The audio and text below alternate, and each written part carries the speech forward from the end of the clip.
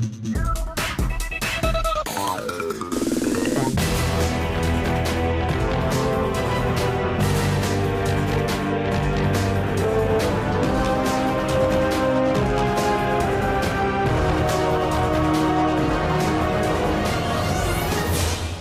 up YouTube, Dale here from War Games, and today I am bringing you an anticipated Despia Dinomorphia profile. Now this does actually dedicate itself more to the branded Despia side and use the Dinomorphias as a smaller engine, but it's something that I got really inspired by when I saw there was a OCG version of this build completely. I've kind of changed this up completely to personalize it to the TCG, and using inspiration from Pack's most recent list as well. I've kind of put this together and it's really cool because I love the effect of Rexstrom. I think it's such a great card that we got in Dimension Force. And then of course we got Dinomorphia Frenzy, which again is such an awesome card for the deck. So with all of that out of the way, please smash that like button, hit that notification bell and subscribe. If you want to see test hands or more from this particular deck, then make sure you get the video to above 50 likes in the first 24 hours and I'll bring that for you.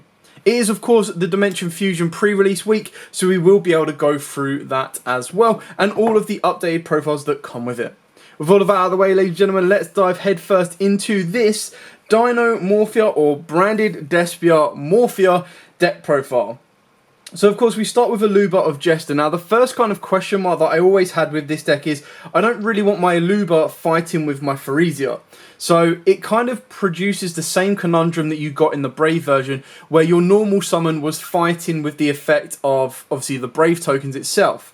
So what I've kind of done is I've prioritized the Luba over everything else because he is going to be the one that is going to get me into a branded fusion, and we all know how powerful that card is.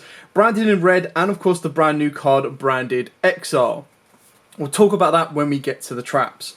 We then play Double Tragedy. Now I did consider bumping this up to 3, and the reason I consider bumping this up to 3 is because we are playing Allure of Darkness.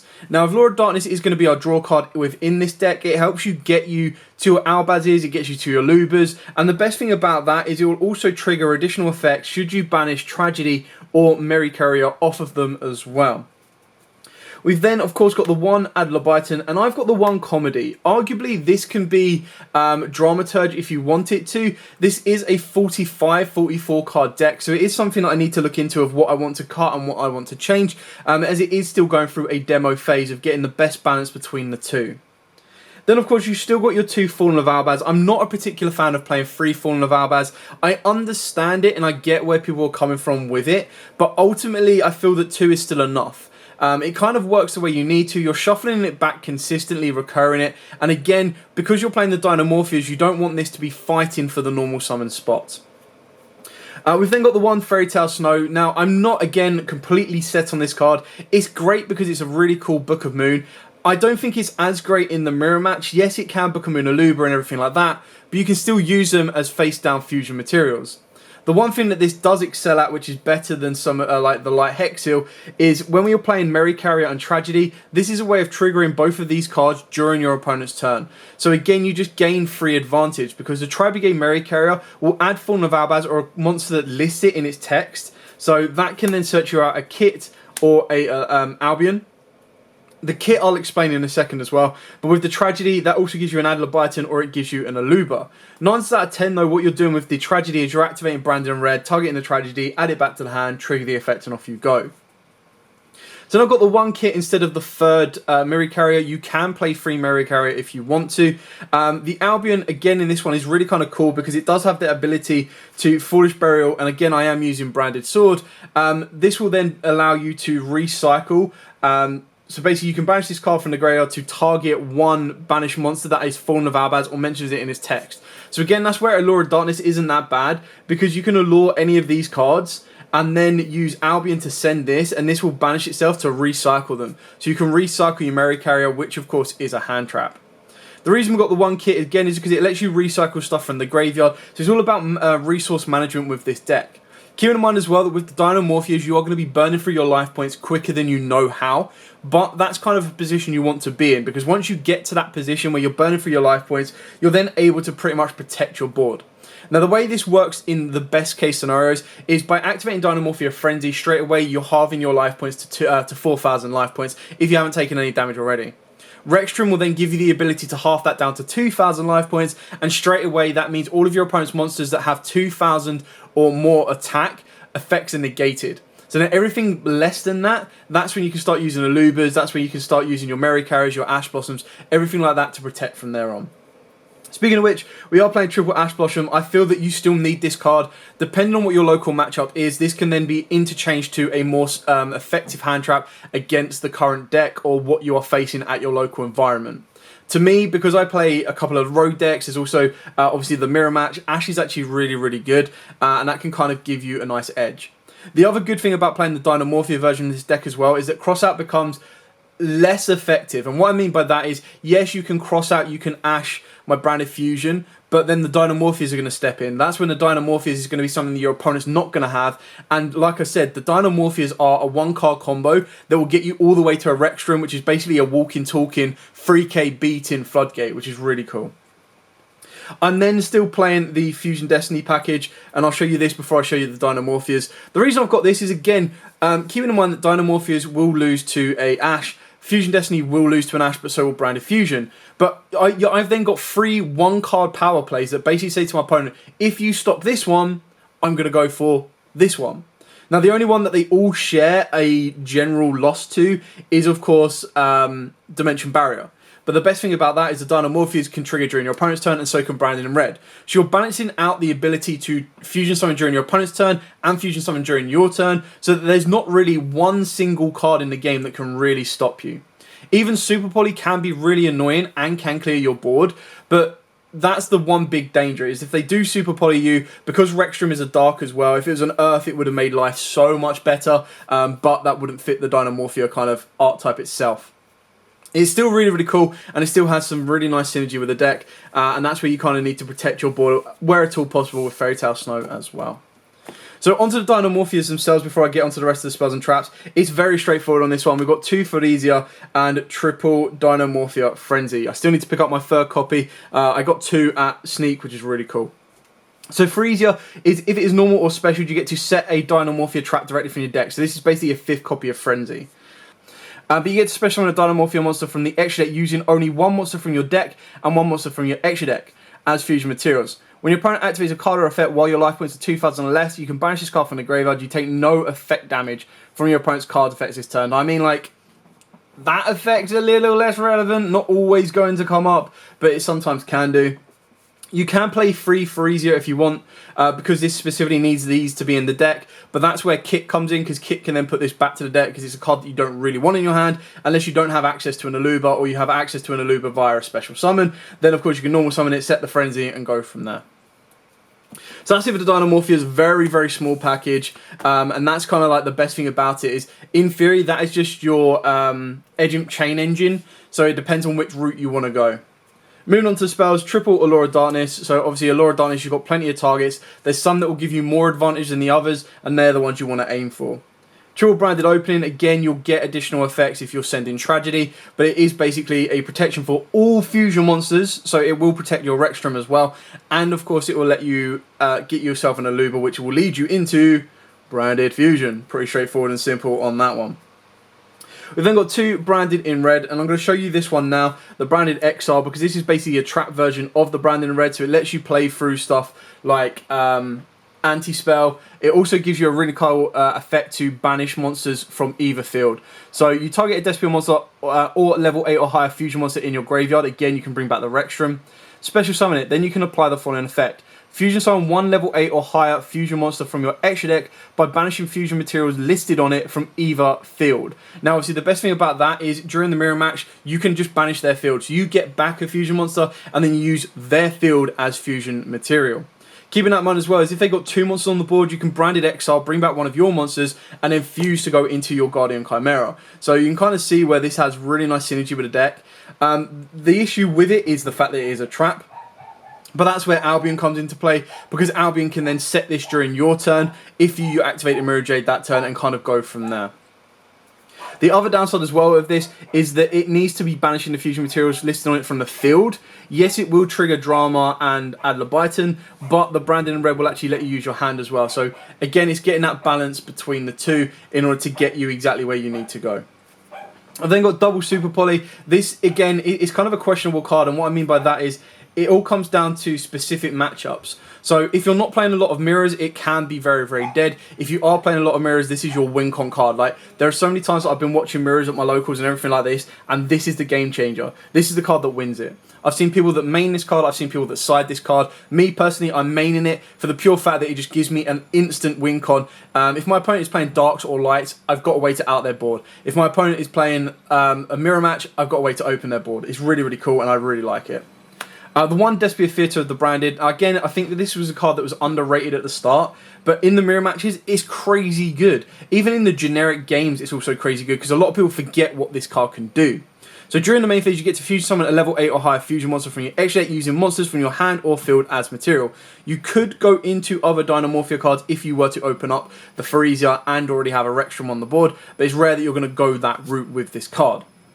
If a face-up non-fusion fairy monster you control leaves the field by an opponent's card effect or is destroyed by battle, you get to target a level 8 or higher fusion monster in your graveyard and special summon it. So, you then get the ability to loop your Rextrum as it is a level 8. So it's not always going to be completely gone.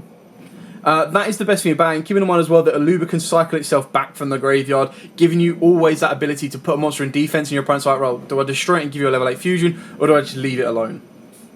We've then got the one branded lost. Now keep this in mind as well, the activation of your cards and effects, including an effect that fusion summons a fusion monster, cannot be negated. Meaning they cannot negate your Dinomorphia Frenzy. They can still ash it, but like I've said, you've seen so many cards in here, including the Allure, that your opponent will be tempted to ash before you even get to your turn. So unless they've opened up 2 ashes, which if they have, they've then got less cards to be playing with their combo with, it can be very, very difficult. Off the back of that as well, keep in mind that if a fusion monster is fusion summoned, you get to add a Fauna Valbaz or a monster that lists it in its text, but your opponent cannot activate cards or effects when a monster is fusion summoned. So, your Dinomorphia Rextrum is a quick effect. So you pay half your life points, the attack of all monsters your opponent currently controls become equal to their life points, and they, as a general continuous effect, your opponent cannot activate the effects of monsters that they control that have attack greater than or equal to your life points. So, what I mean by that is, if you were to have Branded Lost on board, you activate Dinomorphia Frenzy. You successfully resolve that to summon out your Rextrum. You can go Chainlink 1 Rextrum to quick effect reduce everything, Chainlink 2 Branded Lost, or vice versa. This would then mean that your opponent cannot respond to Imperm this, they cannot respond to Omni Negate this, they can't do anything, that their monsters are all going to go down to 0, and then their effects are completely skill drained off. Well, not technically go down to 0, but you know what I mean. Keep in mind as well that your opponent cannot activate the effects of monsters they control that have attack greater than or equal to your life points. So that's kind of where you reduce your life points where at all possible, and that's where you catch them in a bind. Then got the one Call by the Grave, pretty straightforward and simple on that one. And then the one Branded Sword. Now, like I said, this is coming off of the back of Pack's list. This is the card that you want to be sending off of your Albion mainly, first off. And then this will allow you to banish it card from the graveyard to target one of your banished monsters that is Fallen Balbaz or mentions it and add it back to the hand. So that just gives you a bit more synergy with your Allure of Darknesses rather than anything else. Alternatively, you can play the Counter Trap, and the reason you would do that is, again, when you Foolish Burial that, you can banish it and bring back one of your cards, but that's where Tragedy comes into play as well. So that's it for the main deck. Moving on to the extra deck. It is like a 44 to 45 card deck, and I am just trying to play around with it to see where I can go. So it's still in testing phase, but I really like the concept of it, and it's something that I was definitely building once I got all of the stuff. We'll go over the Dinomorphia fusion monsters first. So we start off with 2 Dinomorphia Stealth. So this one requires 2 Dinomorphia monsters with different names. While your life points are 2,000 or less, keeping in mind that straight away, if you've already gone through Rextrum, you've done that already, you do not pay life points to activate trap cards or Dinomorphia monsters effects. You can only use each of the following effects once per turn. When your opponent activates a monster effect, quick effect, you can inflict damage to your opponent equal to that monster's original attack. If this card is destroyed by battle or card effect, you get to special summon a level 4 or lower Dinomorphia monster from your graveyard. So that will let you recycle your Freesia. The best thing about that is if you were to start putting in Judgment Strikes and everything like that, you then no longer need to pay for their effects. The best thing on top of that as well is you're not going to be paying for the Rextrum effect of paying your life points, which sometimes you might want, sometimes you might not want. So again, this could easily be a one-of. It depends. You've got a lot of space in the extra deck to play around with. Then of course we've got the one Kenzigino and the one Rextrum. So I've already mentioned Rextrum a couple of times now, but it requires Dinomorphia Fusion Monster and 1 Dinomorphia Monster. So that's where Frenzy comes into play, because it will fusion summon from your hand, from your extra deck and your main deck. Your opponent cannot activate the effects of monsters they control that have attack equal to or greater than your life points. By the time you've activated this effect, your life points are going to be on 2,000. Keep that in mind. You can only use each of the following effects once per turn. Quick effect, you pay half your life points. The attack of all monsters your opponent controls currently become equal to your life points. So it will boost up their monsters as well, which is really, really cool. Until the end of this turn. If this card is destroyed by battle or card effect, you can special on one level 6 or lower Dinomorphia monster from your graveyard. So if you were to have gone through one of these first, you can then bring one of them back as well. Kentagina is 2 Dinomorphia monsters with different names. Loses attack equal to your life points. You can only use each of the following effects once per turn. During the main phase, quick effect, you pay half your life points to banish a Dinomorphia normal trap from your graveyard. This effect becomes that trap's effect while activated. If this card is destroyed by battle or card effect, you can special summon one level 4 allied Dinomorphia from the graveyard. Now, why is this important? Well, again, this is another way of burning through your life points. So you'll burn through your life points, you'll banish the Frenzy from the graveyard, you'll then be able to trigger her effect to become Frenzy. So you then get her, and then you'll trigger the other effect to send one of the Stealth Birds to get you into your Rex Room, or vice versa. You could then use send 2 to get into your Rex Room. So that's how you can burn through your Pharesias really, really quickly. But your 9 out of 10, you might just go direct here, or you'll go to Kentagina to get an additional monster on the board. It is entirely up to you. The best thing about this is because it's such a small engine, if you do go into game 3 and time is tight, you can straight away take that engine out, and that's an easy 5 card in the main deck, 4 card from the extra deck engine swap, or just the 5 in the main deck.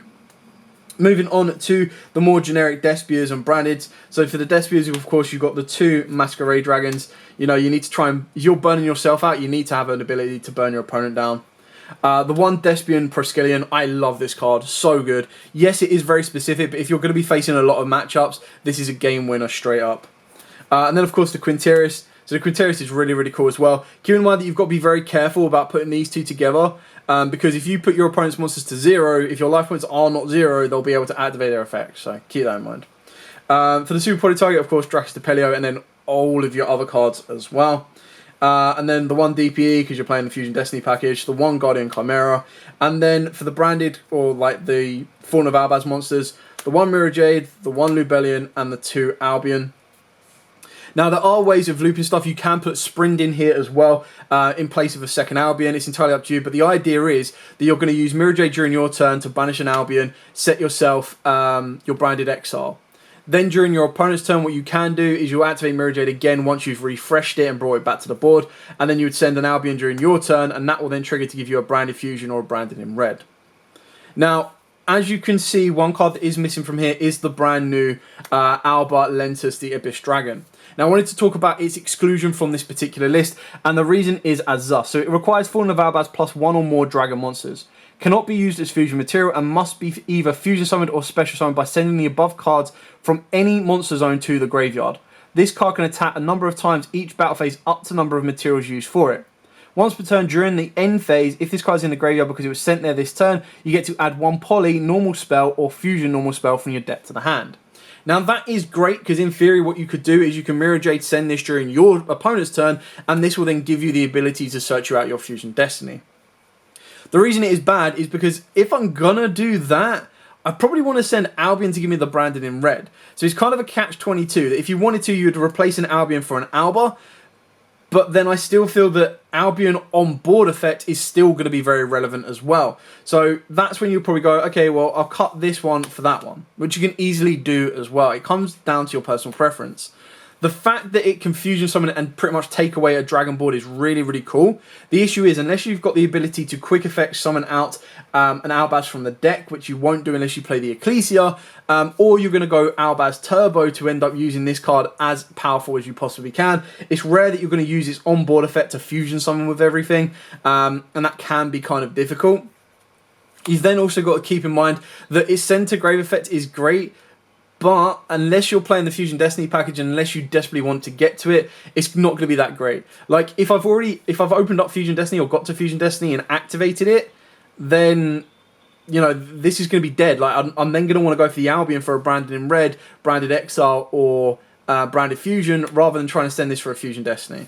So that's my thoughts behind it. Again, there are a couple of question marks around it and stuff that I am looking into when you consider stuff like the DPE package with Allure. It's kind of like, well, I never want to banish any of those pieces unless I banish 2 and then I'll go Lubellion and spin them back. So there's gives and takes, and it is still stuff that I'm looking into and just trying to perfect the deck. But I feel that this is a really fun and powerful route of running the deck, and through more testing, I'll be able to see exactly where this deck can go and the ideal end place for it as well.